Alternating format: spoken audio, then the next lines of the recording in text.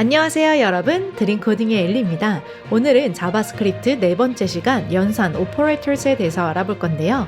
이 연산은요, 한번 배워두면 가성비가 너무 좋습니다. 왜냐? 다른 프로그래밍 언어에서도 공통적으로 쓸 수 있기 때문이에요. 그리고 이 연산이 쉽다고 조금 소홀히 공부하고 넘어가시는 경우가 있는데요. 실제로 현업에서 많은 주니어 분들이 코드 지적질을 받는 곳이 바로 여기 연산입니다. 그래서 여러분들이 흔하게 실수할 수 있는 부분 한 가지를 콕 집어서 정리하고 넘어갈 테니까 열심히 따라와 주시고요. 자바스크립트 강의를 열심히 따라와 주시고 코멘트로 출석 체크를 꼬박꼬박 해주시는 분들에 한해서 한두 분 당첨해서 여러분들의 프로젝트나 포트폴리오를 제가 리뷰해드리는 이벤트를 진행해 볼 테니까요. 열심히 따라와 주시고요. 영상이 조금이라도 도움이 된다면 좋아요와 알람 설정 그리고 코멘트로 출석 체크 부탁드리도록 하겠습니다. 그럼 렛츠 고! 연산으로 넘어가기 전에 제가 지난 시간에 variable과 const의 차이점, mutable 데이터 타입과 immutable 데이터 타입에 대해서 설명해 드렸는데요. 조금 헷갈리게 설명해 드린 것 같아서 한 번 더 깔끔하게 정리하고 넘어갔으면 좋겠는데 괜찮지요? 이렇게 variable 옆에 RW, read and write라고 한번 적어볼까요? 이 variable은요, 메모리에 값을 읽고 쓰는 게 가능합니다. 우리가 L이라고 값을 할당한 다음에 hello로 변경이 가능한 것이 바로 이 variable은 메모리에 읽고 쓰기가 가능하기 때문이죠. 반대로 const는요, 읽기만 가능합니다. 그래서 const를 선언함과 값을 할당한 뒤로는 이 자물쇠가 생겨버려서 읽기만 가능하고 다시 다른 값으로 쓰는 것이 불가능합니다. 그리고 앞에서 variable을 단수로 적었기 때문에 여기에서도 constant, 단수로 적는 게 더 좋을 것 같아요. 그래서 자바스크립트에서는 앞으로 변수의 값이 계속 바뀌어야 될 좋은 이유가 없다면 웬만해서는 const 키워드를 이용해서 constant로 작성하는 것이 더 바람직하고 좋은 습관입니다. 그리고 이 메모리의 값이 저장되는 방법은 두 가지가 있는데요. primitive 타입인지 object 타입인지에 따라서 메모리의 값이 다른 방식으로 저장됩니다. 이 primitive 타입 경우에는요, value, 값 자체가 메모리에 저장됩니다. L이랑 hello가 메모리에 바로 저장되는 걸 보셨죠? 반대로 이 object는 너무 커서 메모리에 한 번에 다 올라갈 수가 없습니다. 그래서 const L이라고 선언하고 object를 할당하게 되면 이 L이가 가리키고 있는 곳에는 reference가 있습니다. 이 reference는 실제로 오브젝트를 가리키고 있는 곳이에요. 그래서 이 reference를 통해서 실제로 오브젝트가 담겨 있는 메모리를 가리키게 되는 거죠.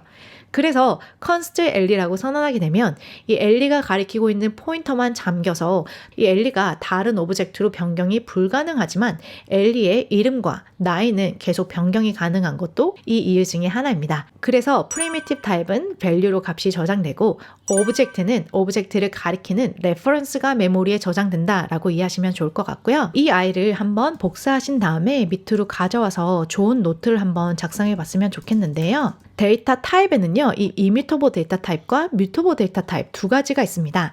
이 immutable 데이터 타입은요, 이 데이터 자체를 절대 변경하지 못하는 거죠. primitive types 같은 경우는요, 우리가 한번 L이라는 스트링을 정의하게 되면 이 L을 통째로 메모리에 올렸다가 다른 스트링으로 변경이 가능하지, 이 L이라는 스트링 자체를 i를 빼고 다른 것으로 바꾼다든지 이 데이터 자체를 변경하는 것은 불가능합니다.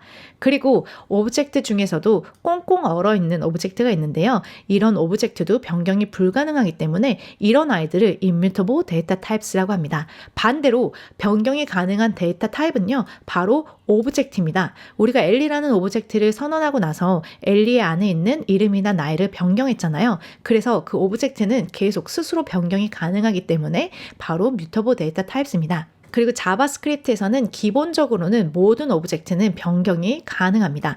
예를 들면 자바스크립트에서 array, 배열은요, 바로 mutable 데이터 타입인데요. 간혹 다른 언어에서는 이 mutable array와 immutable array 두 가지를 조금 분리해서 데이터 타입이 따로 존재하는 경우도 있는데요. 이 자바스크립트에서는 대체적으로 대부분은 오브젝트는 모두 다 뮤테이션이 가능한 아이고요.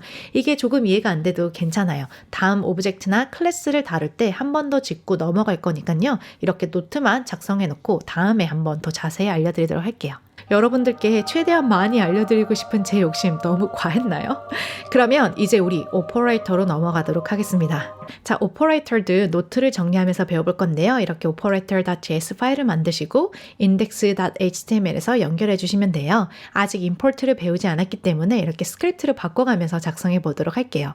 첫 번째로 살펴볼 오퍼레이터는요, string concatenation인데요. 이렇게 플러스 기호를 이용해서 문자열과 문자열을 합해서 새로운 문자열을 만들 수가 있습니다. 그리고 문자열에 이렇게 숫자를 더하게 되면 숫자가 문자열로 변환되어서 합해질 수도 있고, 그리고 이렇게 backtick 기호를 활용해서 string literals도 만들 수가 있는데요. 이렇게 달러 사인을 이용하면 변수 값을 계산해서 string으로 포함해서 문자열을 만들게 됩니다. string literals의 좋은 점은요, 이렇게 줄바꿈을 하거나 중간에 특수 기호인 이렇게 싱글 쿼트를 이용해도 그대로 문자열로 변환돼서 나오는 걸 확인할 수가 있는데요. 우리가 이렇게 싱글 쿼트로 문자열을 만들게 되면 중간에 싱글 쿼트나 특수 기호가 인식이 되지 않는데요. 이럴 경우에는 백슬러시를 이용해서 이렇게 싱글 쿼트를 넣어줘야지 제대로 표시되는 게 나오고요. 그리고 새로 줄바꿈을 할 때는 백슬러시 n 이렇게 해야지 새로 줄바꿈이 됩니다.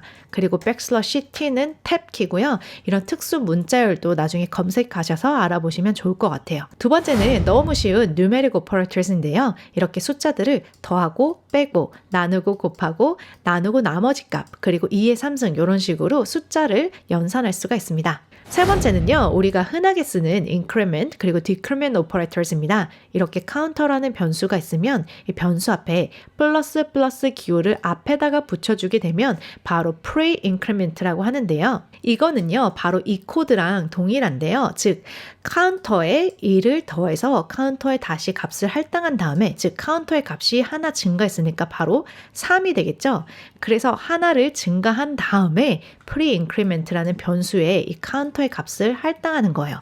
그래서 pre-increment에는 바로 숫자 3이 할당되겠죠. 로그를 이용해서 이렇게 출력해보면 3이 들어와 있는 걸 확인해 볼 수가 있고요. 반대로 post-increment는요, 이렇게 변수 다음에 플러스 기호를 붙이게 되면 먼저 이 변수의 값을 포스트 인크리먼트에 할당한 다음에 그 뒤에 카운터의 값을 이렇게 1을 증가시키는 것입니다. 카운터가 2로 시작해서 여기서 하나 증가시킨 상태니까 지금 3에다가 3을 포스트 인크리먼트에 할당해서 3이 할당이 되고 그 다음에 카운터의 값이 하나 증가되니까 그 뒤에 카운터는 4로 업데이트가 되어 있겠죠. 이렇게 로그를 출력해서 확인해보면 우리가 예상한 대로 3과 4가 할당되어 있는 걸 볼 수가 있습니다. 그리고 마이너스도 똑같아요. 포스트랑 pre-decrement도 값을 하나씩 감소하는 거예요. 앞에 있으면 바로 업데이트 돼서 할당이 되고 뒤에다 붙이면 할당을 해놓고 업데이트는 그 뒤에 일어나는 거죠. 네 번째는요, 바로 할당하는 operators인데요. 앞에서도 많이 살펴봤죠. 이렇게 할당이 가능하고 다만 이렇게 x는 x 플러스 y다 라고 하면 이게 반복되는 x를 생략해서 x 플러스 equal y 이렇게 생략해서 코드를 작성할 수도 있는데요. 이런 식으로 많이 쓰게 됩니다.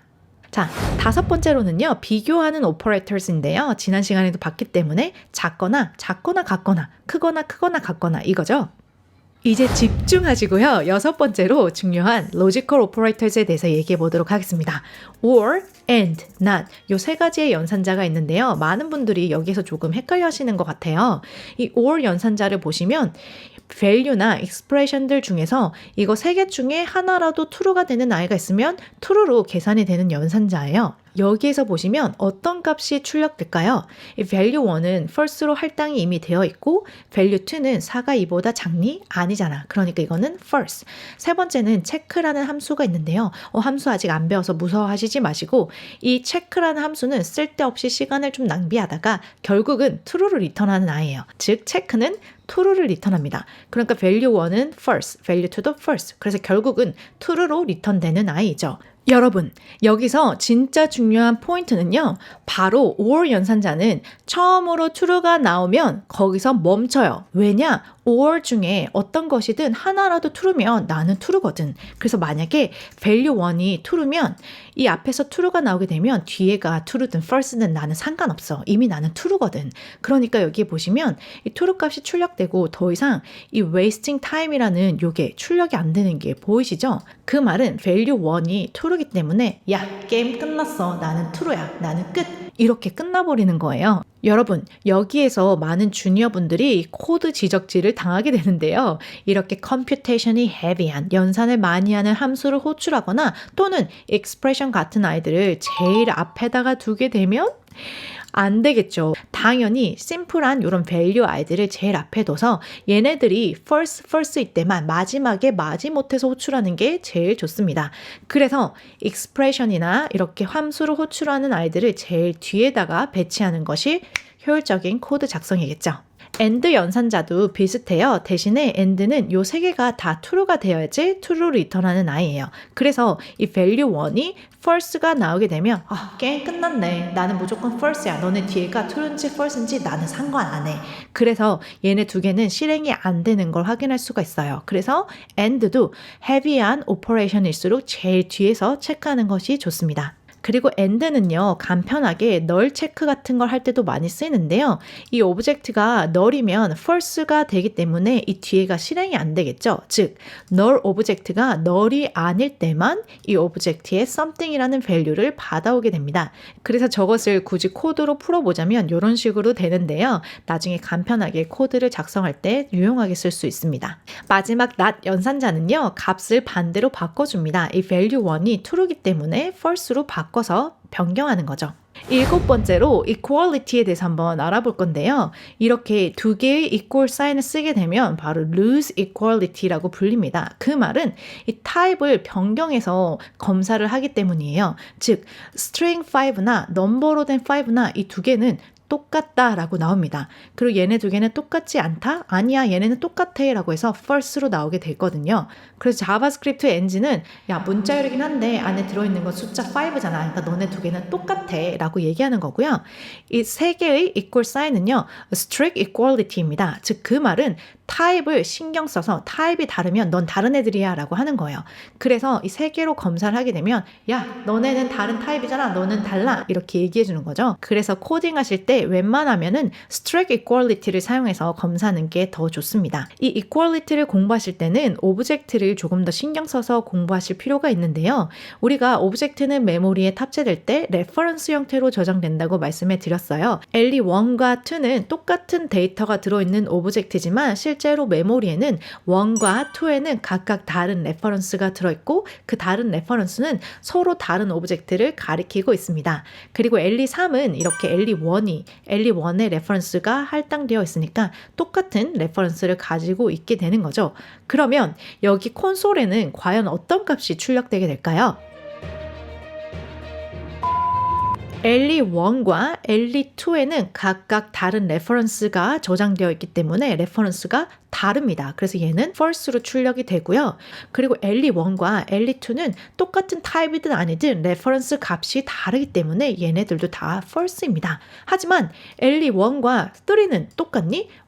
3는 똑같아. 왜냐면 LE1이 가지고 있는 레퍼런스 밸류를 3으로 할당했기 때문에 1과 3은 똑같은 레퍼런스를 가지고 있어. 얘만 true야. 자, 이제 여러분들이 배우신 걸 확인해 볼 수 있는 시간이 왔는데요. 포즈를 누르고 종이에다가 이게 어떤 값이 출력될지 한번 작성해 볼까요?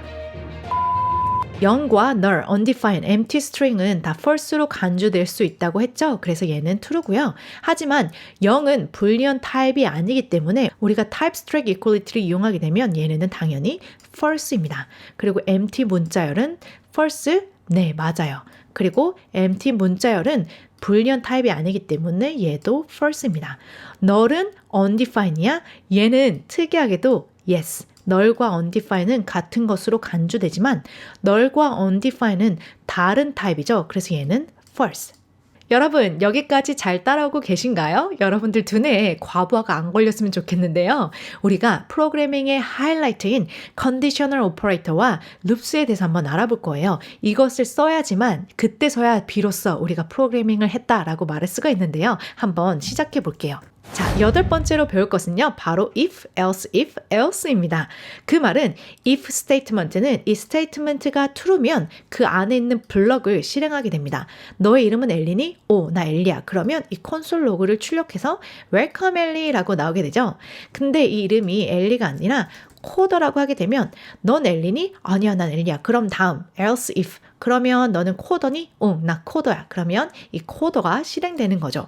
근데 만약에 랜덤한 이름이 있게 되면 얘도 아니고 또 얘도 아니기 때문에 바로 else로 넘어와서 이 else가 실행되게 되는 겁니다. 너무 쉽죠? 그 다음으로는요, if를 조금 더 간단하게 쓸 수 있는 ternary operator인데요. 이것은 이 statement에다가 question mark를 붙이면 얘가 true니? true면 왼쪽에 있는 걸 실행하고 아니면 요거 다음에 나오는 아이를 실행하는 거예요. 그래서 값을 할당하거나 간단하게 출력할 때 요런 아이들을 많이 쓰게 되는데요. 지금은 엘리가 아니기 때문에 no가 출력되는 걸 확인할 수가 있죠. 간혹 이 ternary operator를 계속 네스팅해서 묶어서 쓰시는 경우가 있는데요. 그렇게 하면 코드의 가독성이 떨어지기 때문에 그런 경우라면 if나 나중에 배우게 될 switch를 쓰는 게 더 맞고요. 이것은 간단할 때만 이런 식으로 쓰는 게 더 좋습니다. 그 다음으로 배우는 거는 스위치인데요. 이것도 너무너무 쉬워요. 스위치 안에 있는 이 값이, 즉 브라우저의 값이 i이면 이것을 실행하게 되고 break, 멈추고요. chrome이면 또 이것을 출력하고 멈추고 이런 식이에요. 그래서 지금 i이기 때문에 go away 라고 나오게 되는 거죠. 근데 여기에 보시면 크롬이랑 파이어폭스일 때는 똑같은 메시지를 출력하고 있기 때문에 이렇게 반복할 필요 없이 케이스를 연달아서 이렇게 붙여 놓으시면 자동적으로 묶어서 이렇게 출력됩니다. 너무 간편하게 쓸 수 있기 때문에 스위치도 좋고요. 이 if에서 else if 여러 개를 반복한다면 스위치를 사용하는 것을 고려하는 게 좋고 나중에 타입스크립트에서 정해져 있는 타입을 검사하거나 인원 비슷한 아이들을 검사할 때는 이렇게 스위치를 쓰는 것이 가독성이 좋습니다. 우리가 드디어 반복문을 배워볼 건데요. 이 while 같은 경우는 이 스테이트먼트가 false로 나오기 전까지는 무한대로 반복해서 계속 도는 것을 말합니다. 즉 우리가 i가 3으로부터 시작하잖아요. i가 0보다 크니 응. 그래서 출력이 한 번 되고 i를 1 감소시켰죠. 그래서 2가 되고 i가 0보다 크니 응. 그래서 출력하고 감소시켜서 1이 되고 i가 0보다 크니 응. 출력하고 감소시키고 다시 0이 되니까 i가 0보다 크니 아니 그래서 여기에서 멈추게 되는 거죠. 자 반대로 do while이라는 아이가 있는데요. 얘는 먼저 블럭을 실행한 다음에 조건이 맞는지 안 맞는지를 검사합니다. 그래서 이것을 실행하고 난 다음에 지금 i가 0으로 됐잖아요. 근데 i가 0임에도 불구하고 이 블럭을 먼저 실행해서 출력이 먼저 되고 나서 i가 0인지 아닌지 검사해서 이때 멈추게 되는 거죠. 그래서 블럭을 먼저 실행하고 싶다면 do while을 써야 되고 조건문이 맞을 때만 블럭을 실행하고 싶다면 while을 쓰셔야 됩니다. 자 이제 거의 다 왔는데요. for loop에 대해서 알아보도록 하겠습니다.